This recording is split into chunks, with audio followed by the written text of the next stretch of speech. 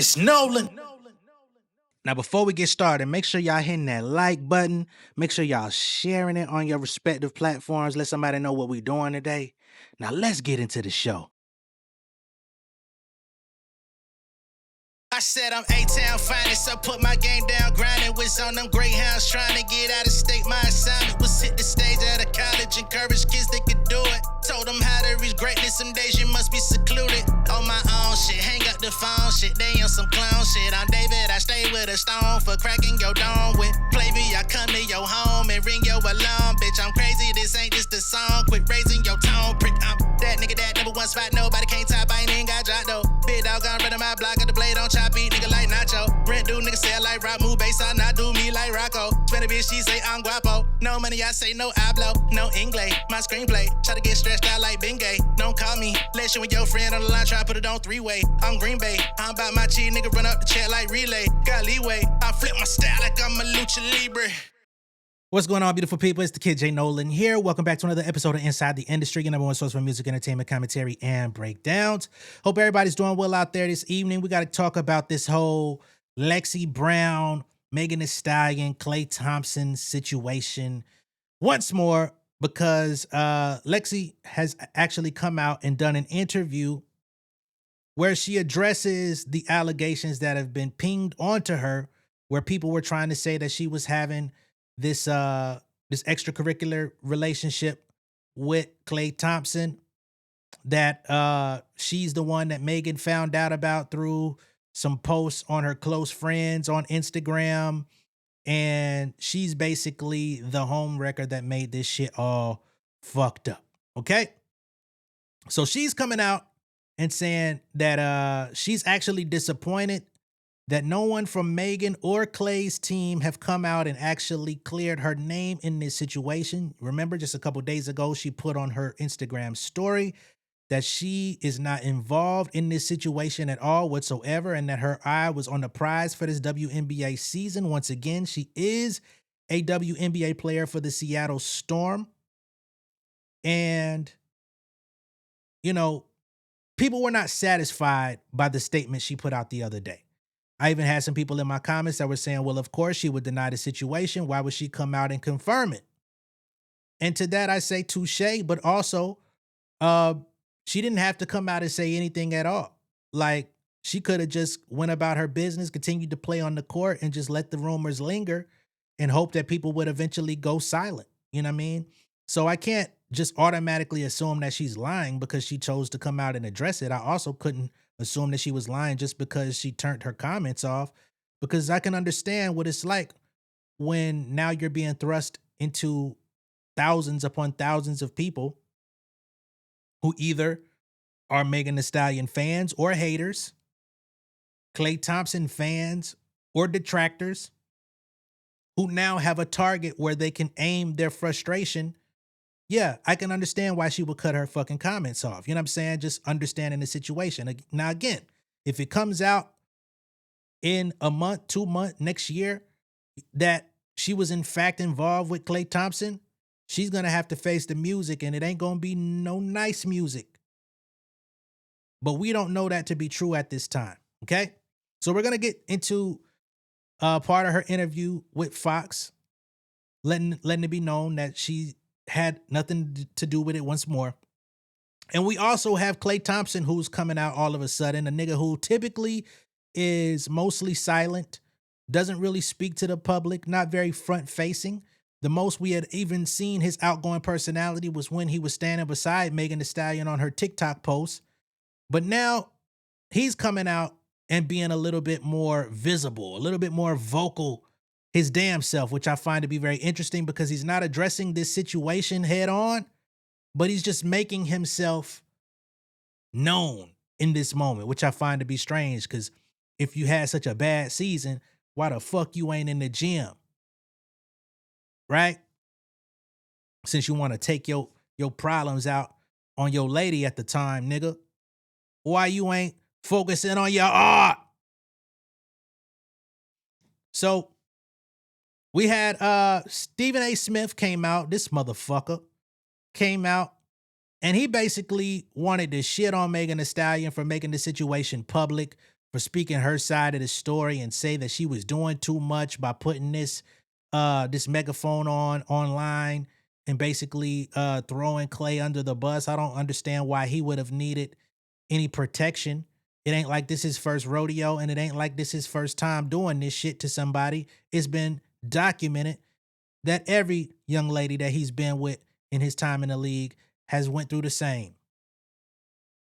Not to mention when celebrities break up or when just regular fucking people break up, all the time you'll see an update in a motherfucker status update on Instagram in some form or fashion. Some will go live about it. Some will put a video. Some will put shit.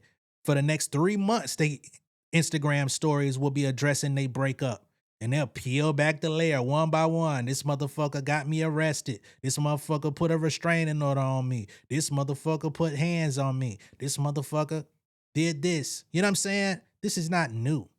This is not a surprising situation. This is not a one of a kind scenario in entertainment. And it show ain't gonna be the last one, especially for NBA players. These niggas be on fuck shit all the time and get called out. It's like a rite of passage in the NBA right now. Fuck is you talking about, Stephen A? So he got criticized by this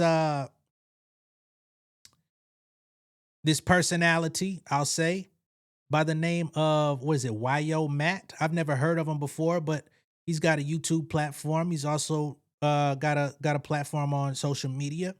And he criticized Stephen A. Smith for his take. And Klay Thompson decided to pop up in the comments and told him to go touch grass, which I find very interesting that you won't talk about your participation in none of this, but you'll pop up on somebody's commentary regarding it. Fuck, nigga. You ain't gonna be able to NBA championship your way out of that. Now let's get into this interview piece with Lexi Brown. I hate that this is with Fox News Digital, but it was an opportunity nonetheless, I guess.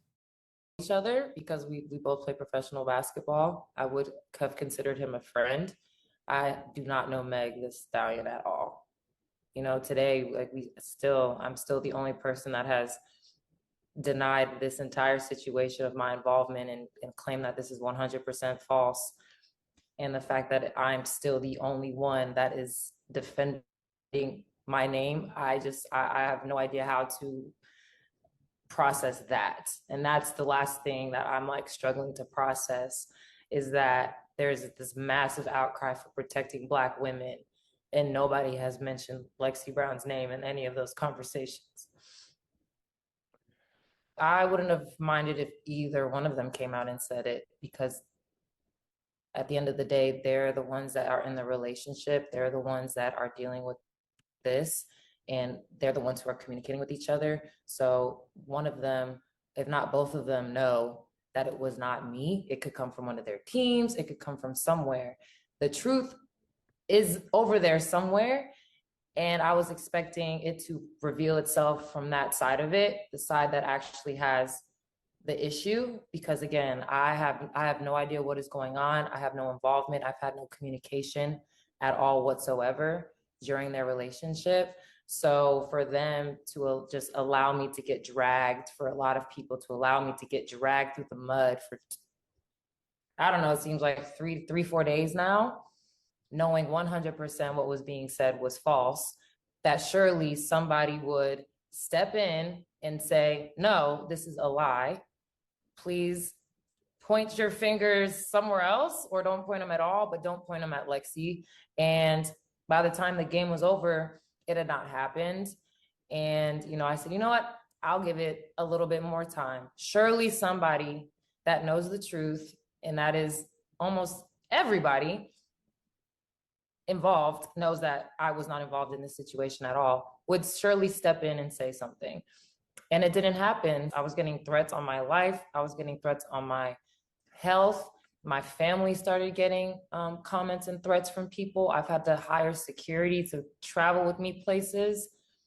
So it got to a point where I just was scared for myself. All right. So Lexi Brown is saying, hey, man, y'all know the truth. I was not involved in this situation. Now, of course, her name came up because of some alleged close friends posts. I still have not seen any proof of the close friends post. My last time talking about this was earlier in the week. Those that close friends post that allegedly had her and Klay Thompson in it still has not made its way out.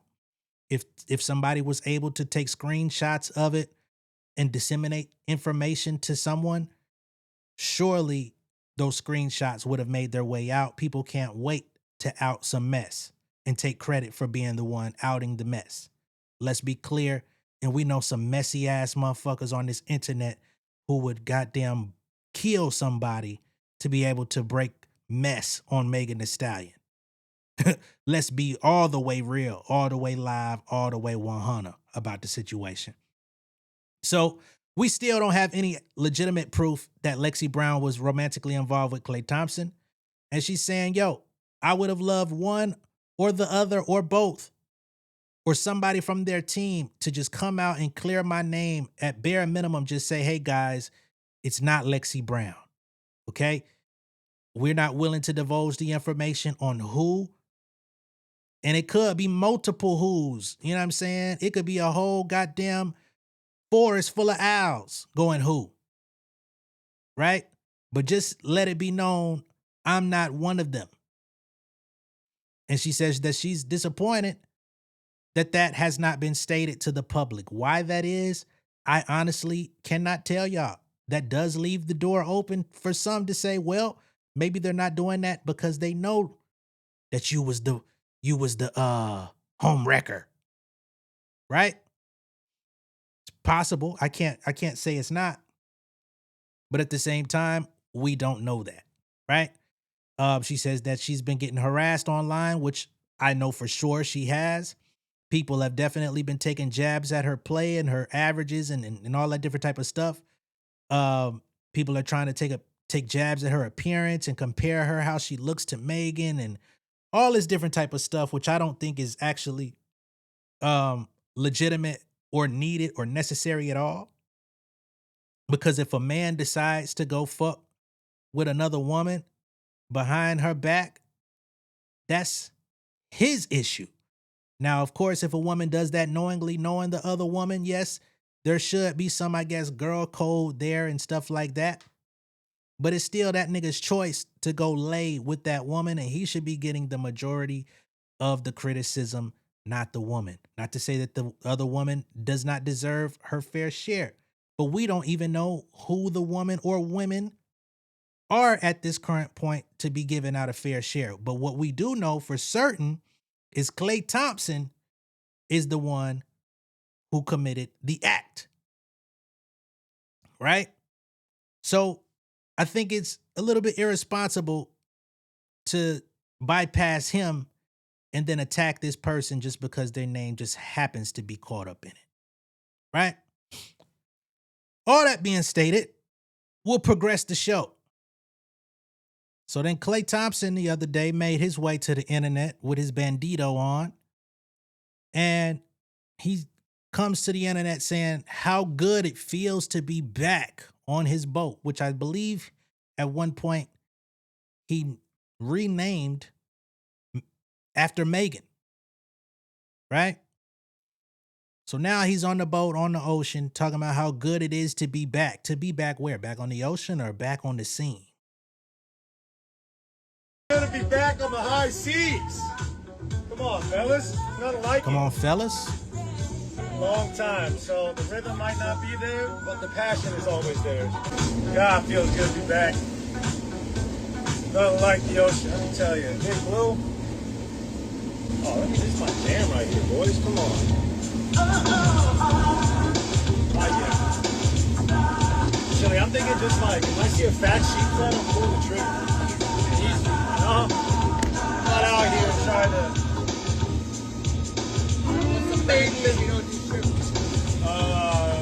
Gonna be back on the high seas. All right.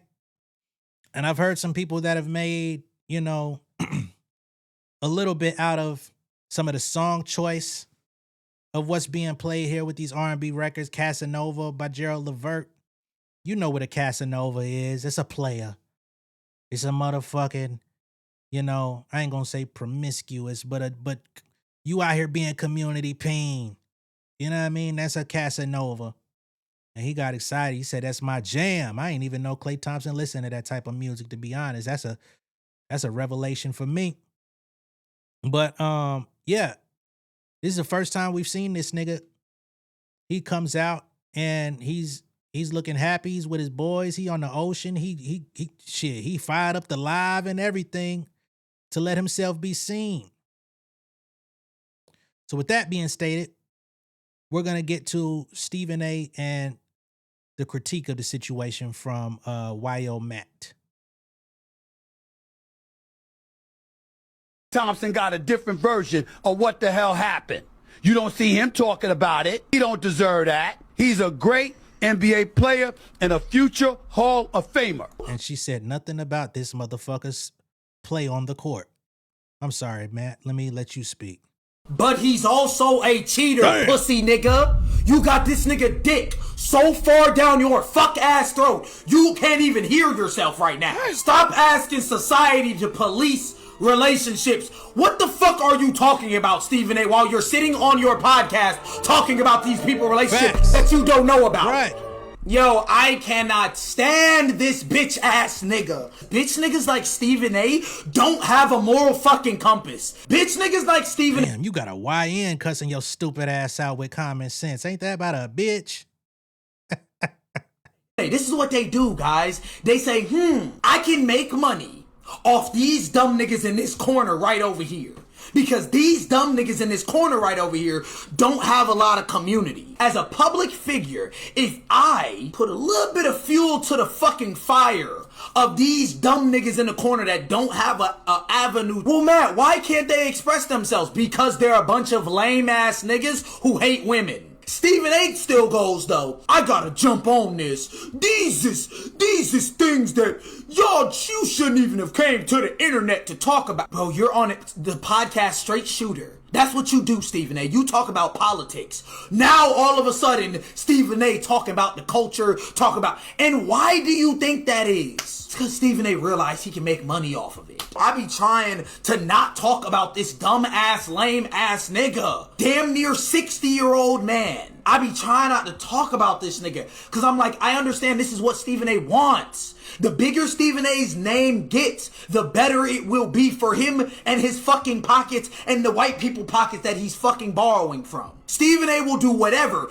even if it is continue culture wars between men and women, especially black men and women. He will do whatever as long as it keeps his bitch ass paid. This is after $100 million contract. I'm so tired of niggas giving these niggas the authority to sit here and not to mention this motherfucker be real tight-lipped when they start asking him about his relationship and who he with. That motherfucker starts stuttering, and then she know who she is, and then yeah, you know, I'll talk about that when I'm ready to divulge that information, and all this shit. Start talking like a wrestler and shit. Shut the fuck up, Hulk Hogan. Let me let this young man speak. Get off dumb shit like this, bro. He's cheated before, not with the same woman, but with different women. He's cheated on them before, and you got bitch ass niggas like Stephen A being like, Klay Thompson's such a good guy. I'm quite sure Klay Thompson got a different version of what the hell happened.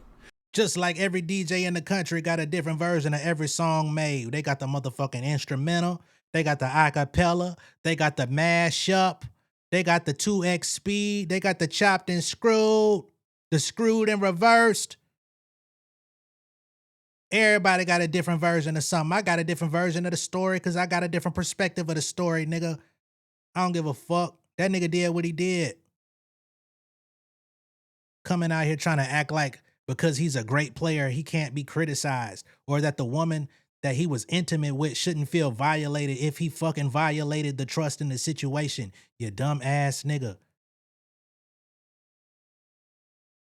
Talking about you want to run for political office. Better get your ass off this goddamn screen. Shout out to YO Matt. This is my first time ever seeing your content, interacting with your content, man. But I co-sign everything you said. I appreciate the fact that you said it, and I appreciate that you have an audience and you seem to be a little younger than I am. So I think you're going to have a bright future ahead of you as long as you can continue to see what we see, okay? Don't let these motherfuckers call you a simp. No goddamn lame, no, you know what I mean? Because niggas like to play them games. But just stand on your square. Keep rocking in the free world. Do. Okay? Yeah, man. And as y'all saw in the comments, Klay Thompson was right there talking about some please go touch grass. Basically saying you need to get outside and stop talking about my situation. Oh, sounds like you've been touching a lot of grass, ain't you?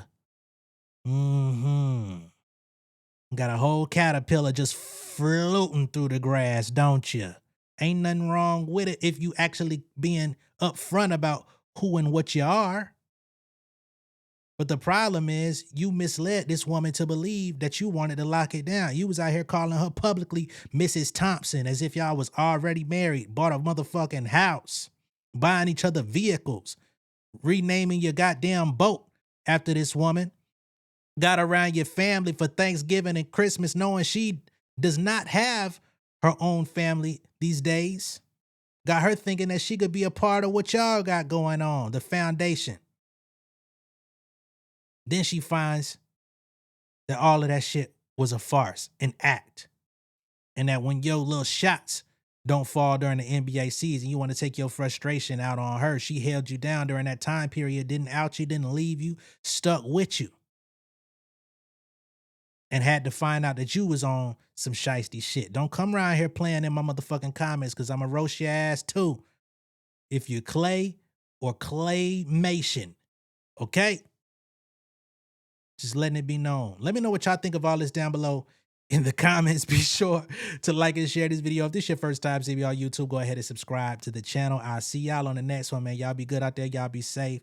And be real about who the fuck you are up front. Okay? See you later.